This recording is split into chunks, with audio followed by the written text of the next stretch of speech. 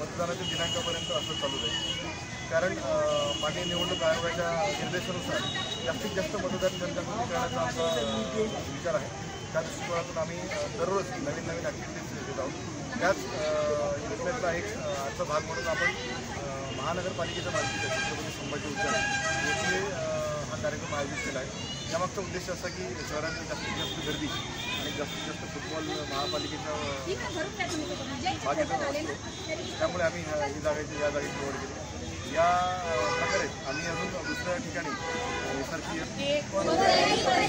वापर करेन, मतदान करून आपला उमेदवार निवडण्याचा माझा फक्त अधिकार नसून ही माझी राष्ट्रीय जबाबदारी आहे। आम्ही अशी शपथ घेतो की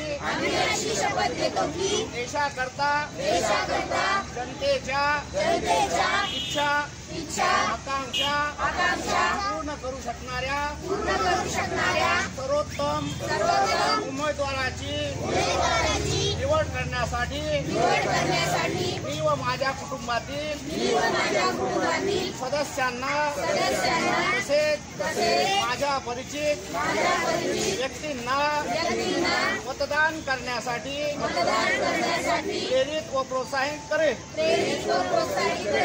आम्ही अशी शपथ घेतो की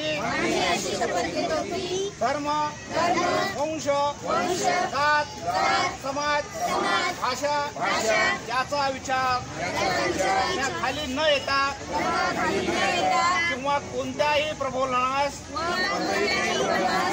बळी न पडता मतदान करण्याची जबाबदारी मी पार पाडेन। धन्यवाद।